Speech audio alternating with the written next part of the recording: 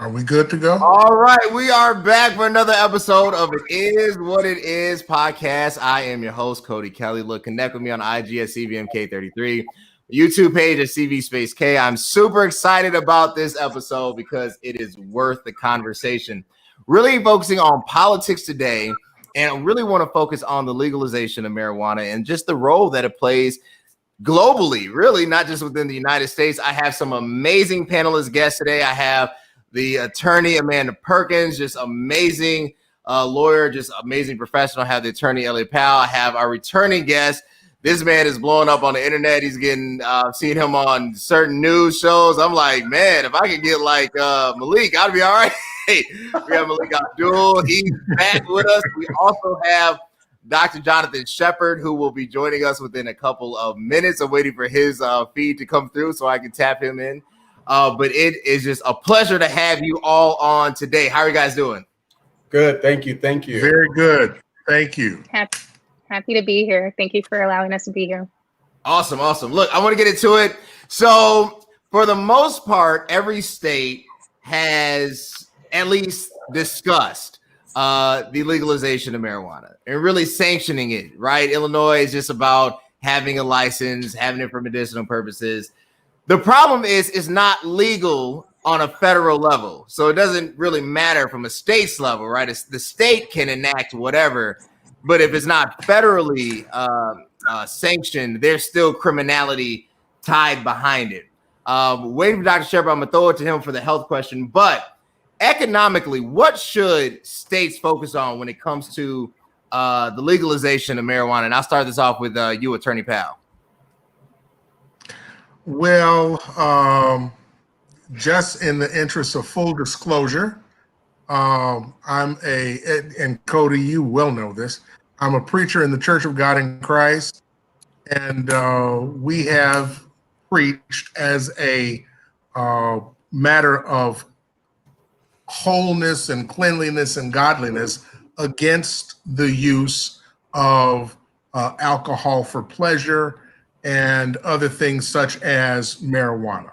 Now, right. Just want to put that to the side.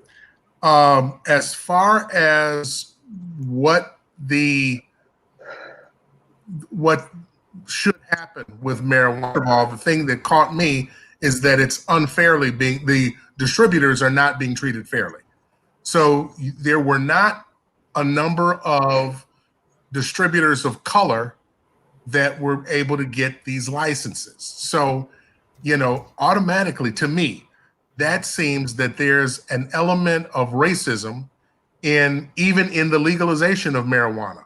Who can actually sell it? So, we got the guys on the street who have been selling it for years. Yeah. But now when it comes to the legalization of marijuana, the ones who, have dotted the I's and crossed the T's and done all of that, they're still having trouble getting distributorships for legalized marijuana. So there's something on the line that's not quite right.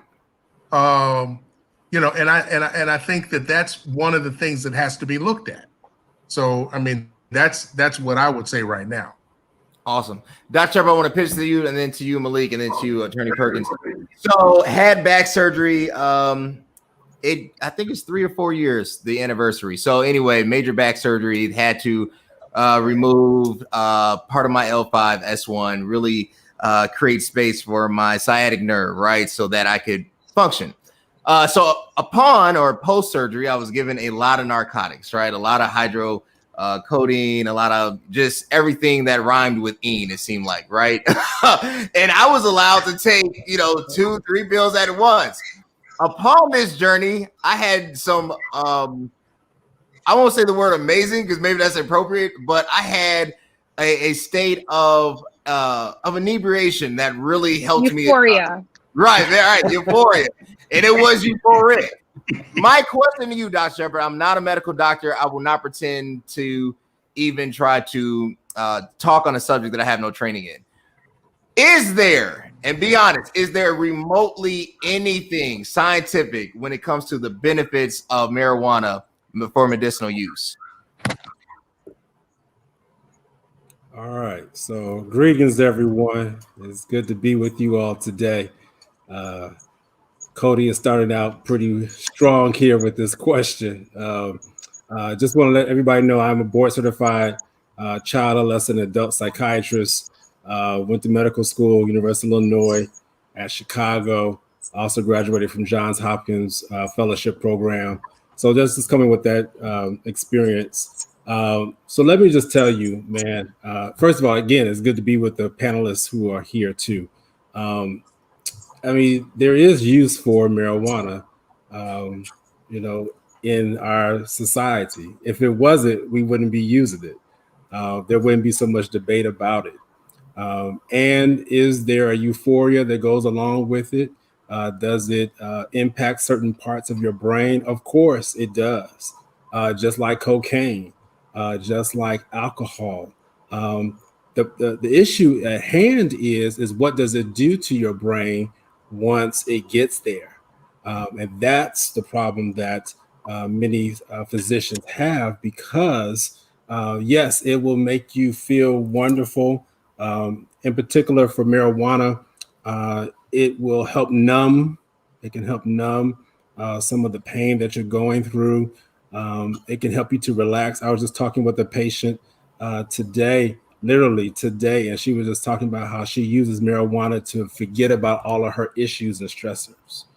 And so it does cause that numbing. But the issue, though, with marijuana is that if you're not careful, it can precipitate other disorders.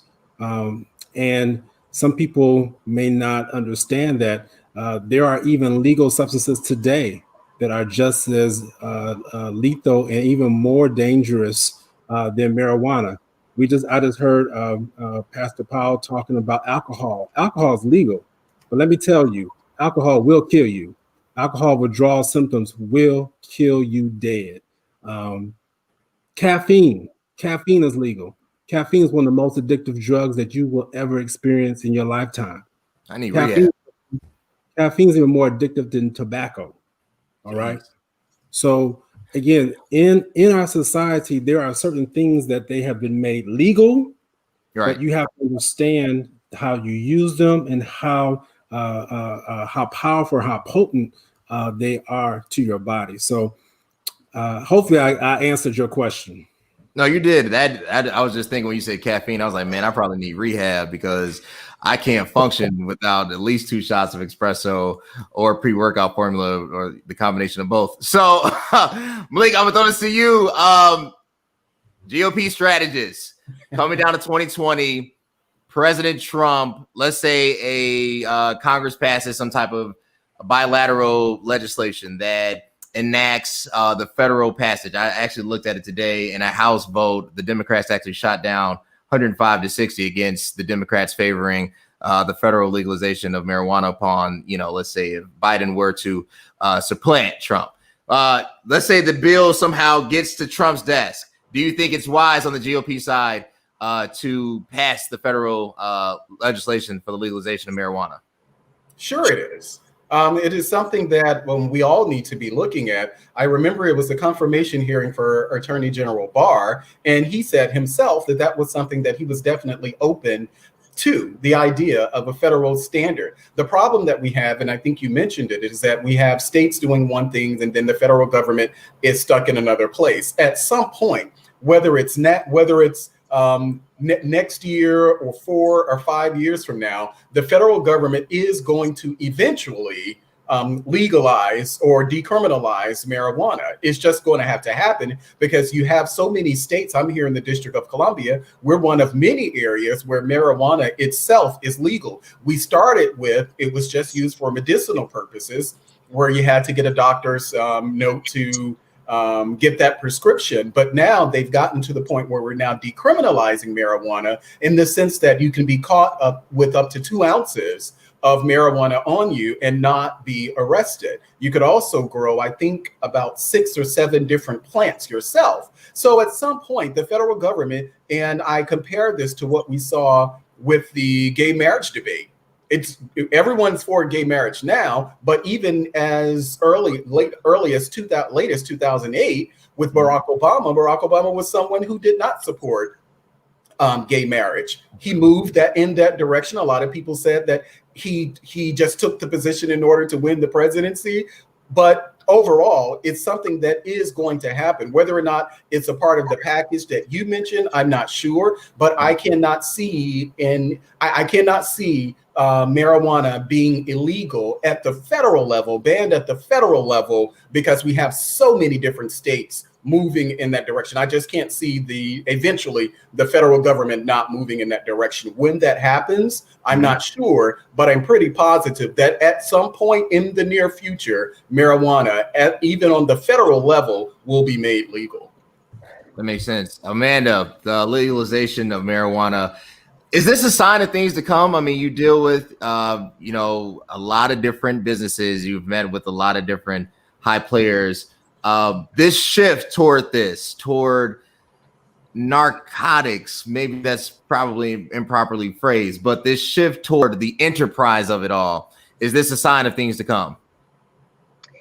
I definitely think so. I agree with Malik is saying that we're sort of on a trajectory to seeing the decriminalization and the legalization of marijuana. We need to. I think it's long overdue. One thing I do want to make sure that we clear on the air, though, is that marijuana for recreational use is illegal in Illinois, and that was as of January 1 of 2020 of this year. And I think we're far behind the curve when it comes to the conversation of drugs in this country and how we treat them.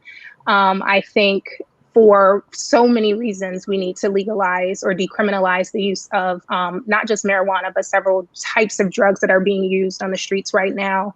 I want to go back to something that Dr. Shepard mentioned, which is the use of alcohol, right? So we had the Prohibition era in this country, and we saw the outrage, and we also saw the black market that evolved from that. We saw the death that evolved from that. We saw the killings that evolved from that. And we decided, let's take this matter into a legal sphere. Let's start to regulate this matter. Let's start providing resources and people to help in this arena. And we also started building enterprises as well. And interestingly enough, when he says that alcohol is probably the most deadliest drug that we have legalized here, he's absolutely right. 19 million Americans are suffering from alcohol abuse in this country. And of people that suffer from some type of drug addiction, 74% of them are alcohol abusers. But we legalize alcohol, right? And we make profit off of alcohol. We don't arrest people for alcohol abuse. We do not criminalize the enterprises that create alcohol, even though, like you said, it's lethal, right? It leads to all kind of deficiencies. It leads to cancer. It leads to so many things. But we know that if people use alcohol, they're going to need help in the hospital, right? We provide them with what do you call those therapists in order to help them wean them off of alcohol use, right? I think we need to start having those kinds of conversations about other dependencies that we create in this country, including the use of cocaine. Cocaine isn't even nearly the biggest problem that we have in this country when it comes to drug abuse, but yet and still we criminalize the people that do use it. I honestly think that we need to start taking seriously this discussion and look at how other countries are doing it, right? So, for example, I think it's Portugal, right? Portugal is leading the world right now when it comes to decriminalizing and actually legalizing the use of drugs, not the creation of drugs, the use of drugs, so as to provide the people with safe houses to go to get help to wean them off of drugs, and to make sure that HIV rates are down, intravenous usage of drugs and that kind of things, that stuff is down. So since they've actually decriminalized and legalized a lot of drug use, they've actually not seen an increase in drug use. It's gone down. Here in America, regardless of where you stand politically on this issue, everything isn't about politics. Regardless of where you stand politically on this issue, you have to take a page out of the empathy book. What do people most need?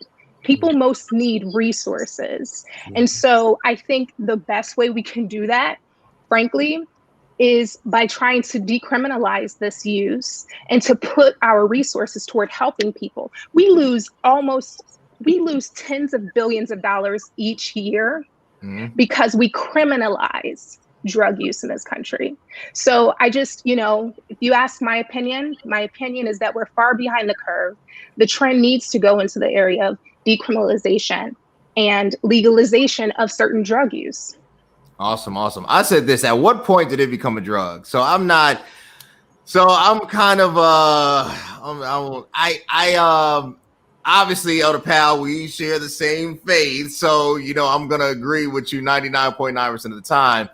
But I agree in result, not in process. And what I mean by that, I think if the question is, can anything be abused? And therefore, at that point, it becomes a drug, then that's a totally different conversation. Because in the denomination we grew up, this was all taboo and therefore no.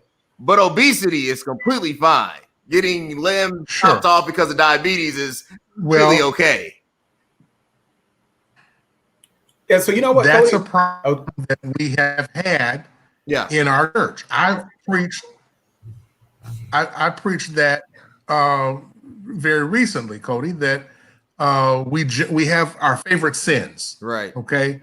Alcoholism, drug addiction, adultery, those are our favorite sins. But we don't talk about gossip and we don't talk about gluttony.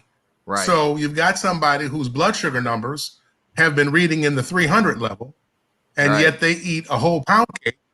We don't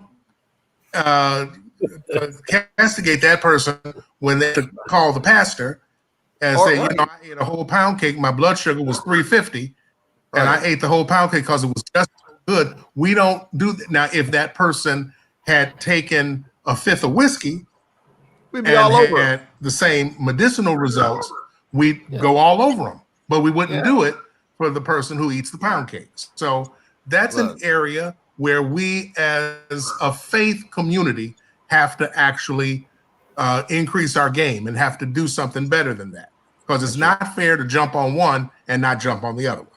Hey, Cody, I just wanted to add to that. Part of it is also our understanding of what the marijuana plant is. A lot of people just don't know. When you say, marijuana, people don't realize that even we're talking about, and I know this is something that the doctor can speak to himself, what we're now seeing. So we have CBDs, which are, I think, cannabinol, or I can't get the word right. But from the marijuana plant, you have two compounds, CBD, and you have THC. THC is what people are looking for when they're on the streets or something like that. But there are now schools, even here in Washington, D.C., where schools, along with the course in consultation with the doctor and the family, they're prescribing that CBD oil for some of the students to help deal with different behavioral problems and things like that. That's a natural thing, as opposed to some of the manufactured drugs that these kids have been that we've been prescribing kids. And just over the years, myself, as someone who takes anti-anxiety medication, I know that sometimes, depending on what that is, I'm stoned, not because I'm high from smoking marijuana, but because it's such a drag. It literally pulls you all the way down, and it's supposed to be good for antidepressants. But that's something that you will also find on the THC side, depending on how much THC is in the marijuana plant. But it's a similar effect. So part of this is just understanding what marijuana is and the effect that it has on the body. But the fact that we have many people now interested in what they call the CBD gummies, a lot of people are actually taking that for stress, for anxiety, and even on our kids, that's something that kids are looking at. I know that some pediatrics don't go that route in looking at that type of that type of remedy for kids, but it is something that's out there. So at some point, we're going to have to deal with it in an honest fashion. Awesome. That's true. Dr. Trevor, one more last comment. And look, if you catch me with a CBD gummy, can I still preach at your church? Is that a no? That's a no? Well, I'm not the pastor of a church. So when I was we'll cross that bridge. Gotcha. cases. Okay, so that'll work. That'll work. Let's take it up. But I do want to say this though. I appreciate what Malik was stating, but again, we're people of science who are physicians, and so we're not going to prescribe anything unless there is data to prove it. And many times there is not data to prove that these different products that are coming out that may contain CBD within them actually work. Again, I'm a psychiatrist and I'm pretty well versed on what works. I will say this though, I'm very careful on what I prescribe to my patients, and for those who are smoking marijuana, I'm very careful, because what people do not realize is that if your family is predisposed to psychiatric conditions, smoking marijuana will bring out that psychiatric condition. I have taken care of so many teenagers who have had family history and that all they have smoked is marijuana, and it will produce psychotic disorders that some of them unfortunately do not come back from. I've seen it firsthand and have done it since I've been children and adolescents, and it is not a pretty thing. It breaks my heart. And so some people I've said, well, they probably were smoking something else. Well, you know, they may have, but let me tell you, there's some different hybrids of the marijuana plant. And I remember some of those. Purple haze was big when I first got out here in Baltimore. Again, I've studied it because the teenagers, they'll let you know what they're doing. And so, we have to be very careful of the things. If you're taking something out there, let me say this before I turn it back over to Cody. If you're taking something out there without the express or written consent of your physician, you need to stop today, because you don't know what damage you may be doing. You don't know what is lying there in your family history, that if you're taking something, it may predispose you and may bring out something that you may not be ready to deal with. Can I say something about this too? So here's my thought about it. Until we have legalized this whole full stop, we don't have the national data that we need for marijuana and its many variations, because he's absolutely right.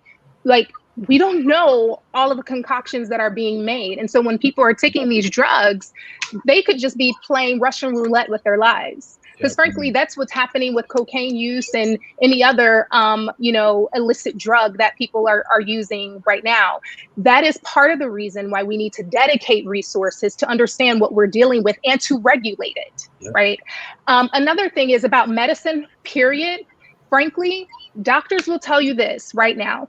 The way Tylenol affects any one person will be different from the next person. Overall, we know that it's a painkiller and so on and so forth, but you specifically, given your history and your genetic predispositions, it may affect you differently. And it's the same thing with these, medicinal uses of marijuana, right? So even if you are getting prescriptions, we have to realize that we don't know all there is to know about marijuana. And so it's so much more than a political, moral issue. This is something that we really need to take seriously, because people's lives and health, it's at risk. It's true. Let's take it to that political stance. So this week, Joe Biden, Vice President Joe Biden, says he's going to announce his VP pick.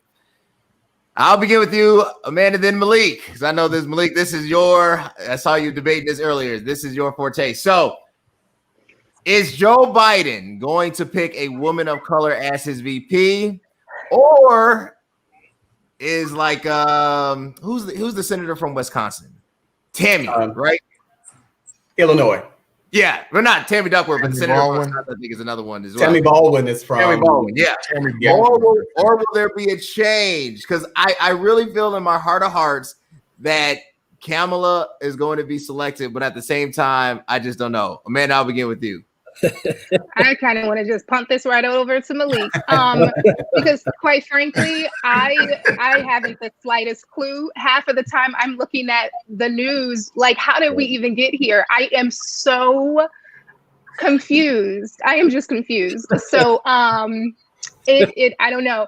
I hope so. You said Kamala. That's great. Frankly, I don't even know how we got to Biden and Trump in the first place. So, it would be great. It would be great to see a Black woman in the Oval Office.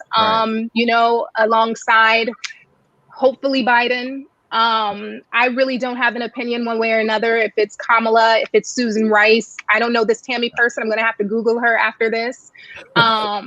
Quite frankly, I just want somebody that's going to come with some heavy hitting policy and someone that's going to come ready with an agenda. Because quite frankly, I'm not hearing that from anybody. Right. All I see is a whole bunch of like sound bites and gut punches and stuff going on. And, look, Malik, in your court, is this a good move?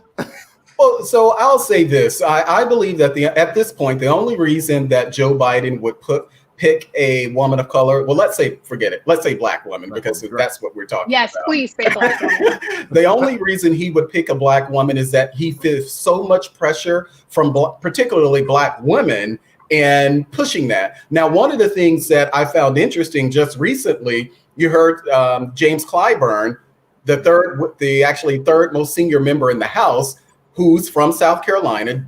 James Clyburn came out and said that it's not mandatory, that we shouldn't demand that Joe Biden pick a Black woman, which for me is pretty ironic because it was South Carolina, that Black vote that Clyburn marshaled out. He sent the troopers out to support. It were Black people in South Carolina that gave Joe Biden the lift to get to where he is now. So I'm of one mind saying that it's pretty nervy for anyone, particularly James Clyburn, to tell Black people you don't mandate anything, although you are responsible for Joe Biden being here where he is.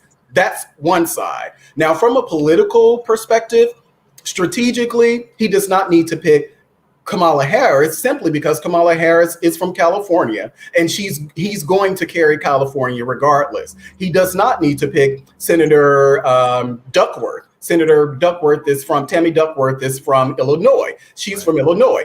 Joe Biden is going to carry Illinois. Now, you did mention Tammy Baldwin. I know people confuse the Tammys, but Tammy Baldwin is in Wisconsin. Mm-hmm. That is something that he actually should look at. But unfortunately, Tammy Baldwin, as from what I was seeing, she didn't make it at the top of that list. But if you want someone who's from a state that either candidate needs in order to win, Wisconsin, then Tammy Baldwin will surely fit that bill. And as an overture, not just to women, but she's the openly gay U.S. senator as well. So that's something that will work in her favor. Not for a lot of Christian conservatives, obviously, but that's something that will work in her favor. Susan Rice, he doesn't need to do anything. Susan Rice won't help him because he doesn't have that foreign policy. He doesn't have a deficit when it comes to foreign policy. And so when people typically look at VP picks, they look at what can that person add to the ticket that the top of the ticket doesn't have themselves. So that's how you had Biden as Barack Obama's VP. That's how you had Pence as Donald Trump's VP. I'm not sure what any of those candidates provide him as far as a heft that he needs because they can't carry states and they don't come equipped with the experience outside of Susan Rice, the experience that someone like Biden, who has over 30 or so years in Washington, he doesn't lack experience. What he lacks at this point is excitement. And who's the candidate that could probably give him that most excitement? Elizabeth Warren. I totally agree. I was about to go there. Attorney Powell, my pick is that he'll probably need, and I hate to say this, I'm just thinking long term, right? Elizabeth Warren, only because of polling. And I feel like even though you can't trust the polls, it does at least give you a blueprint of possible expectations. I would love Senator Harris to be the VP. Val Demings to be the VP. My personal favorite is Stacey Abrams, who should be governor right now. But, Attorney Powell, I'm pitching this to you. Who is going to be Vice President Joe Biden's pick? Can we get Hillary to come out of retirement and just say, look, I'm on it. We're taking it back. What's going to happen? Right, Alberta. Hold on. Am I unmuted? Okay, let me give my prediction. And I think I'm 100% right. It will not be Hillary. It will not be Hillary Clinton. I have who I think it should be, and who I think it will be. To me, the should be, especially if it's a woman of color, would be Susan Rice. And the reason I say that is Malik was very clear, and he made the observation that Biden does not suffer from a deficit when it comes to international affairs and, knowing world leaders. Well, Susan Rice knows leaders because she was the ambassador for the the U.S. ambassador to the United Nations, and she was a national security advisor. Joe Biden also knows these world, and I'm going to get real opinionated here because I think Trump has done such a horrible job when it comes to our friends and allies around the world, almost wanting to disband NATO, all of those things. It's almost going to take two people to handle this. So while Biden will be here in the United States at home, trying to deal with some problems that Trump created at home, Susan Rice, if she's vice president, can be traveling to Europe and can try to have a meeting with Angela Merkel over in Germany, or some other leader who she has known before, and to try to calm the waters down and say, look, almost in the words of Gerald Ford, our long national nightmare is over. And now we have a competent, sane person in the White House. So he's back home, but I'm over here. I can easily see that happening if Susan Rice is vice president. Now, who will it be? I believe the person it will be is Kamala Harris. Malik, I believe you were the one that said the thing that Biden lacks is the excitement factor. Well, Kamala can bring some excitement, okay? She's relatively young. She's an attractive woman. She's very intelligent. She carries with her a lot of the skill set that she learned when she was a prosecutor. I mean, so she's got, the only person who I know of the African-American woman who would bring more excitement is Amanda Moncada Perkins. The only problem is Amanda Moncada Perkins is not old enough yet to be vice president. She's got to wait till she's 35. So, but I think that Kamala has the ability to bring that excitement. And I think that she would be one that Vice President Biden picks. I don't want to say that she's the absolute best choice, right, but I think she's the one who would be selected. Awesome. Dr. Shepard, is as we approach the election and the vice president announcement is going to be made this week, I'm expecting probably by Thursday, and it's going to become a showdown. Who do you think is that pick for Vice President Biden? Because everybody that I named isn't either qualified or not running. I'm still 2016. I'm with her. I don't know. It's still in me. But what's gonna happen? What's gonna happen by Friday? What's going on? Oh my God! You need to be delivered, man. Come on. I'm telling you. Come on, Cody. Hillary lost. Okay. Yeah, you need to be delivered. Come on, man. Yeah. Let me tell you who might be a sleeper, who I have watched over this the 4 or 5 months of this pandemic, and she has shown her strength. And I am totally amazed, and I would love to see her. Is Gretchen, the governor of Michigan. Now, I don't know if I don't know if she has made it up to that top tier. But let me tell you, the way in which she has handled this pandemic and has governed that state, which Trump did win in 2016. He didn't win by much, but he won enough. And so, again, that would be my personal. And I know Black people out there, well, how come he gonna want somebody who is not a non-Black person? Let me tell you, I am definitely for Black women. Definitely for a Black woman of one who will bring excitement. But I also look at not just excitement, just not for color, but I want to make sure we have somebody who knows how to govern, who knows how to be able to handle crises.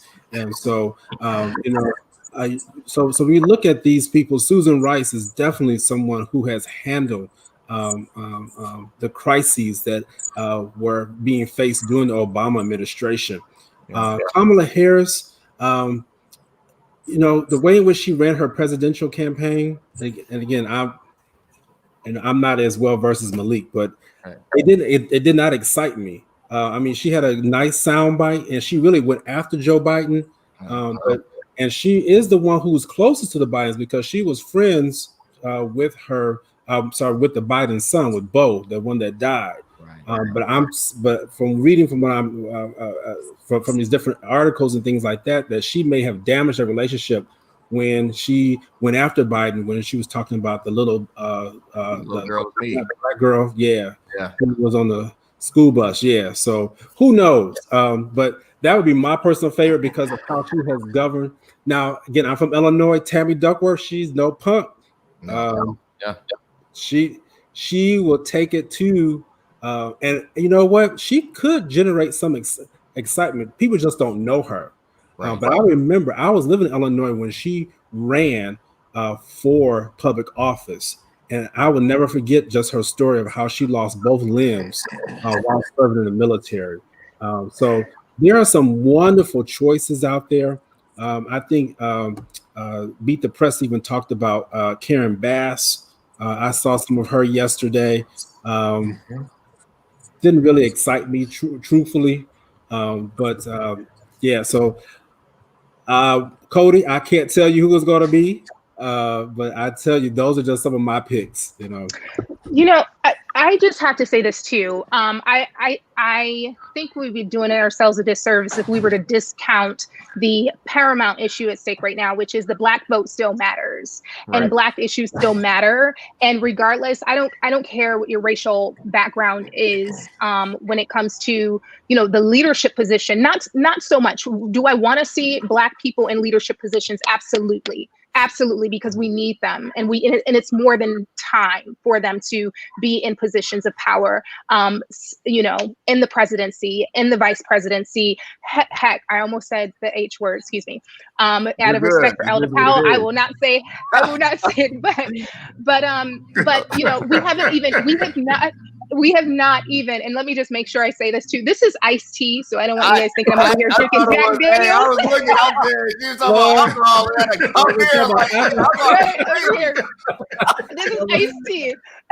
But it is what it is. It is what it is. Over here drinking some Jack Daniels. Anyway, so I want to highlight. I know. But I want to highlight the importance of making sure that we do have Black women, in positions of power. Let me highlight this too for us. There has not been a Black woman sitting on the U.S. Supreme Court ever. Ever. And we are in 2020. Okay. And the fact that we are sitting here speculating about whether or not a Black woman should be in the vice presidency, that to me it's no speculation whatsoever. Black women we are the most educated population in this country. And so there's and every major civil rights type event that has happened on this country has been on the heels of a Black woman, including the civil rights movement. And Black women don't get their credit for that. So I just want to highlight the importance of making sure that Black women are risen to leadership positions, because we're not in very many of them, although the fabric of this country is built upon the work of Black women. And so, I don't really care who, the vice presidency person is. I hear you about the excitement that needs to be generated. I mean, frankly, especially for young people, it's very important that young people get involved, because frankly, the non-voting demographic of this country is one of the biggest voting groups, or how can I put this, political groups. Non-voters actually make up their own political party. and they sit out because they feel like there's no representation of them in our political process. And a lot of people of color make up that demographic. A lot of young people make up that demographic. So to your point about the excitement, sure, I agree. But I think more than the excitement will be, what are the issues that you're standing for? Are we listening to what people are saying right now? People are really concerned about their well-being. They're concerned about healthcare, literally concerned about healthcare. Some people are actually making the decision not to go get treatment because they can't afford it. Okay. Right. And then other people are deciding, should I even go to college? I can't even afford this. That's right. We shackle, and Cody, you and I talked about this before, but we shackle our students with debt, right, around their ankles and suffocate them with that in this country. So quite frankly, I think, I don't care if it's Tammy Duckworth. I don't care if it's Kamala Harris. And by the way, her name is Kamala Harris. Right. Frankly, I care that they're talking about the issues that are plaguing Black America, right, poor America, right, that are, we need to talk about this kind of stuff. So, hey, if it's going to be Barney, if you're going to get in there and you're going to make some things happen, then make some things happen. That makes sense. That makes sense. Look, last question. I appreciate you guys. I know Malik's going to jump back on. I think he had to take care of something.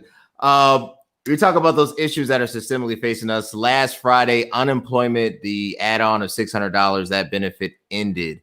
I was watching Good Morning America today. They talked about not just businesses as a whole that have been impacted, but Black-owned businesses that basically have been annihilated, and a greater percentage of them. What is that future economic plan for the U.S.? And Amanda, I will start with you because you kind of led into this. Whoever gets it, like I said, I want Senator Harris. That's just a personal favor. I know I joke with the Hillary thing, but what is the future economic plan that the U.S. should adopt? Whatever plan that's going to make sure that all Americans stay afloat is the plan that we need. What bothers me so much about this debate about whether, Americans need an extra $600 or not is that it's the Americans' taxpayers' dollar in the first place. Right. Okay. So we fund our politicians. We fund their salaries. We fund their lifestyles. We fund the corporate bailouts. We fund the Wall Street bailouts. Okay. But we can't fund the American taxpayer, and you're using our money. And get this, this is the most insulting process that I cannot believe. We give you our money, but we have no say on how you allocate the funds, right? You spend them how you want to spend them. So here's what's also interesting to me. I think it was McConnell or some person that's been in Senate for like forever. And that's another qualm that I have. I swear there need to be term limits. You do not need to make a career of being in politics for 30, 40, 50 years. You need to do 10 years or so and get out of there. But I don't understand. They said, well, when we sent out those relief checks to people, right, what ended up happening was some people actually got more money than they would have made if they were working at their jobs. Mm-hmm. So some people were making like, 70, they were getting money based upon a salary of like $70,000 a year. Right. Right.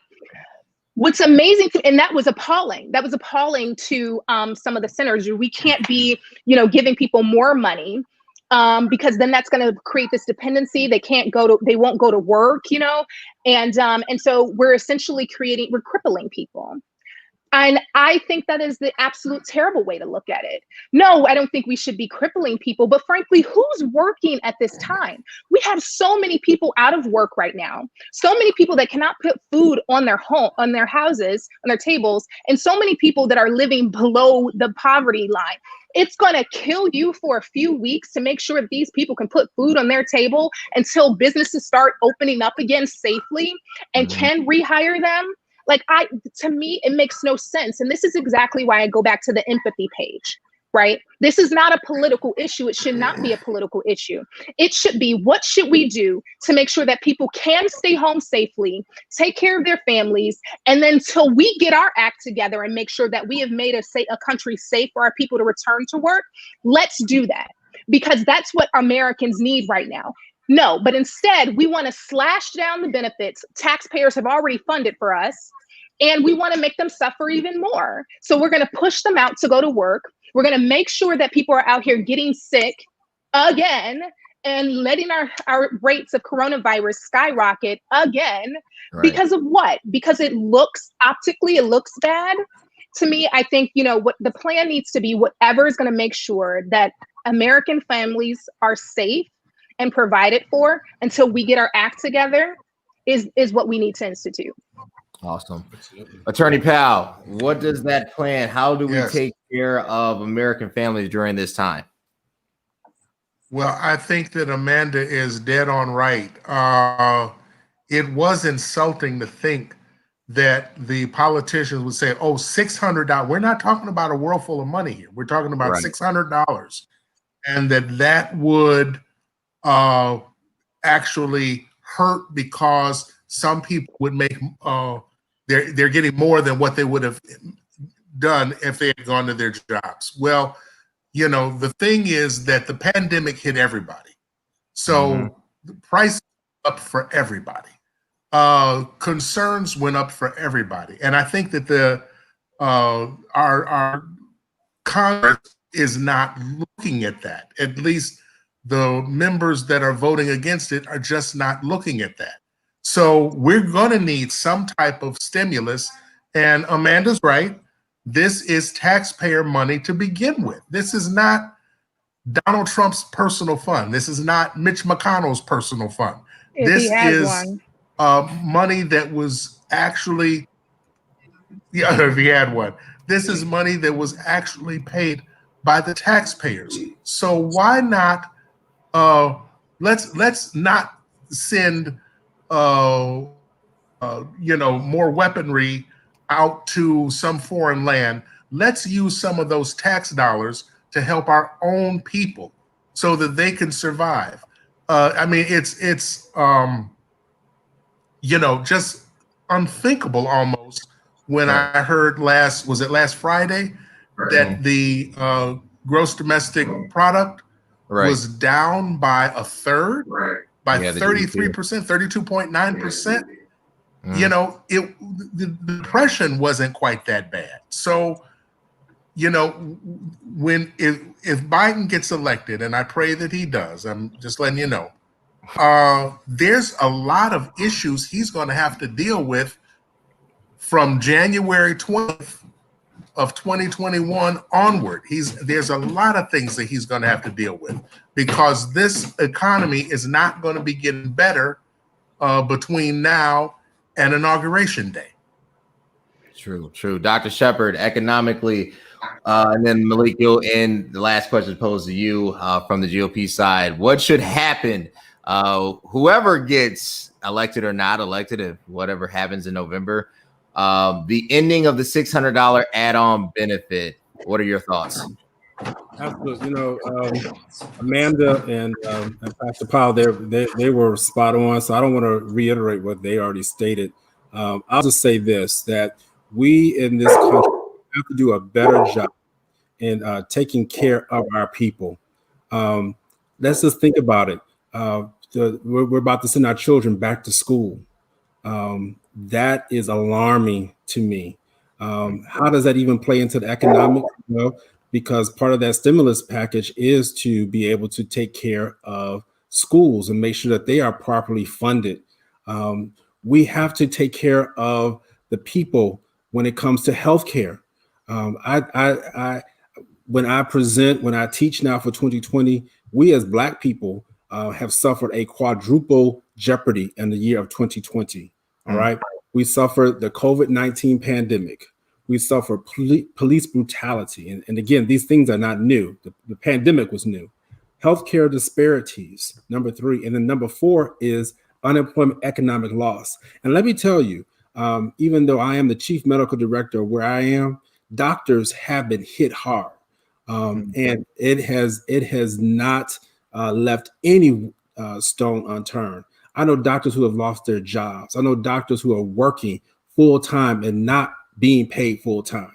I know plenty of health professionals where if we're not careful and if we do not pass something, people like myself will be burned out.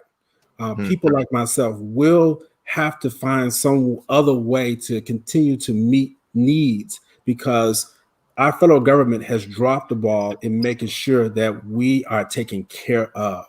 And so, again, I agree with what has already been said, but I just want to bring in that human factor, the empathy factor that Amanda stated, that if we don't do something, the people who are our frontline workers, they won't be there anymore. And you talking about catastrophe? People say, well, you're just trying to get us riled up. No, I'm not getting you riled up. No. My pulse is on this pretty strongly, and I know what I'm talking about. That if these frontline workers, such as myself, we have never worked at a level of intensity like this before.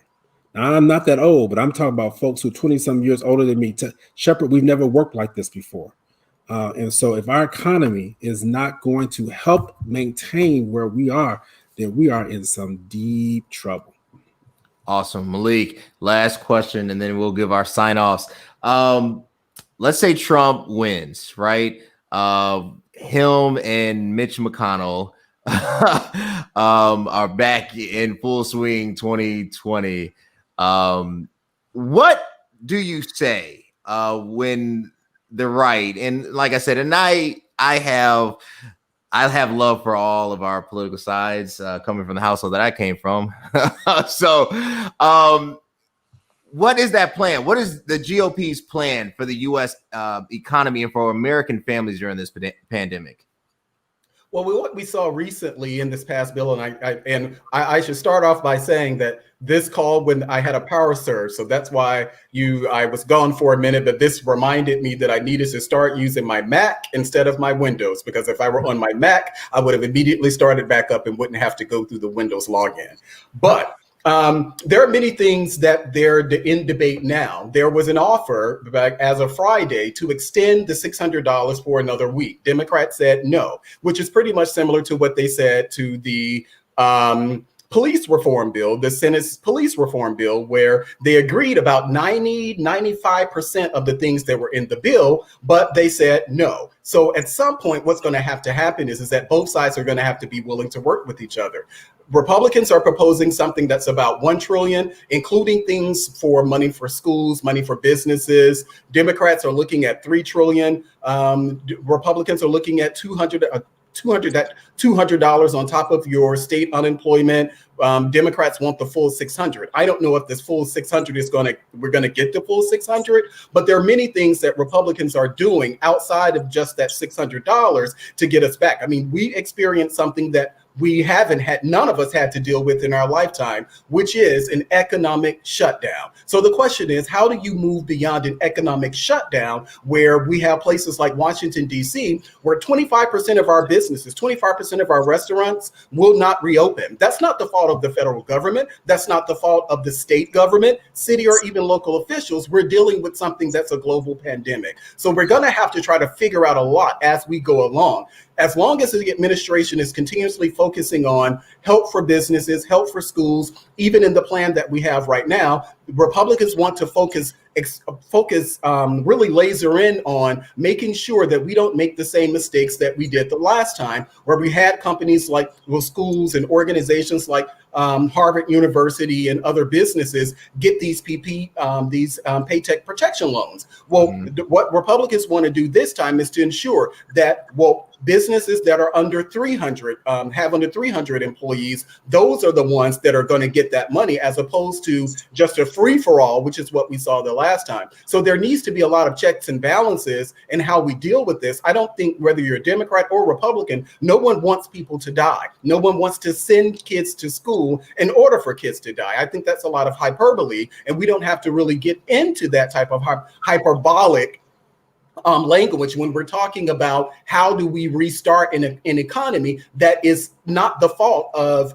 a market, not the fault of regulations. It literally was a global pandemic, and our entire country shut down from that. So how do we move forward? That there are things that we can do. There are things that we can do for the business perspective, schools, all of that. But the notion that anyone is, I think whether it's Joe Biden or even if it's Donald Trump, no one is interested in not providing for people. The question is how much? $1 trillion versus $3 trillion. I think they're going to meet somewhere in the middle. Maybe we'll get about 2 trillion. But the notion that anything that Democrats want is something that is the thing that we should do, that's where I reject that. No, that's what compromise is all about. I just have to push back on one thing that you said. First of all, this is what I think about when it comes to political, disagreements and trying to pass resolutions and bills and all of this stuff in Congress. So half of the time, you have a whole lot of stuff in a bill. And I know you probably are far more aware of this than I am, but I just know about the process in general.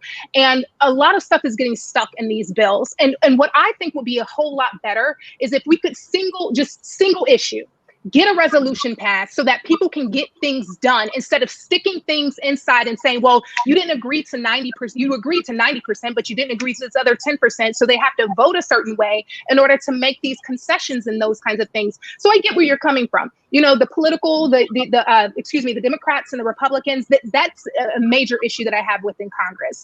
People are dying. We don't have time to drag our feet on these issues. I don't care if it's like how much, put something out there today, and then fix it going forward.